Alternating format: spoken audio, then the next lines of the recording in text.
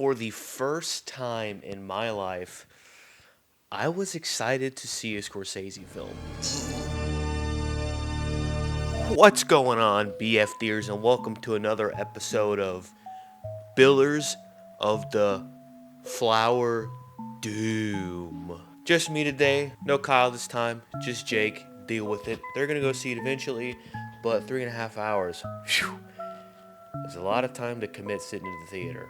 When I first heard of this film, I didn't know who the director was, and that may have been a part of the reason why I was initially excited. But from the very first frame to the very last one, Killers of the Flower Moon is a piece of cinema that is wholly intentional and authentically crafted.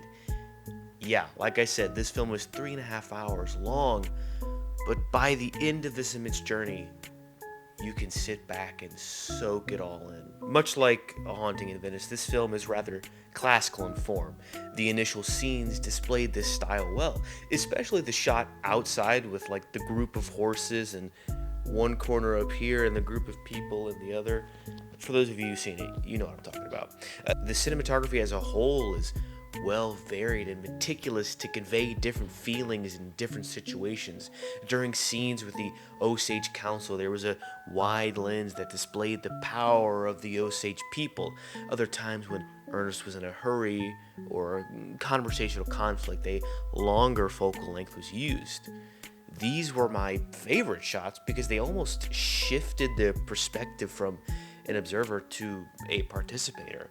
I really felt a part of these sequences. There were some really cool things done with color and lighting in this film, and overall it was pretty consistent with reality. However, there are a few shots that would slightly desaturate over a few seconds, and this added to the intensity of the scene.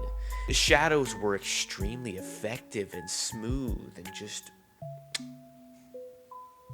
It goes to show that films can be dark without being dark. I love the interiors of some of the houses with these deep browns and blacks that were reminiscent of the time, but also portrayed the emotion of the world. My favorite aspect was the halation.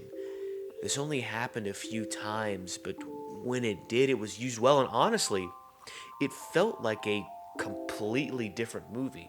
The tone was different, but there was no whiplash because it happened at the perfect time. The sound design and score were, for the most part, effective. Sound design is a difficult thing to do because it is crafted and is a vital part of the mise-en-scène of a film. Killers of the Flower Moon had no issues here. Fabric, footsteps, gunshots, doors, all of it blended so well into the fabric of the reality of the film. The score was traversing, moving with the film in and out of action. Silence was heard when necessary. There's one thing that really irked me in this entire film, and that was the funky bass line that played throughout the entire film.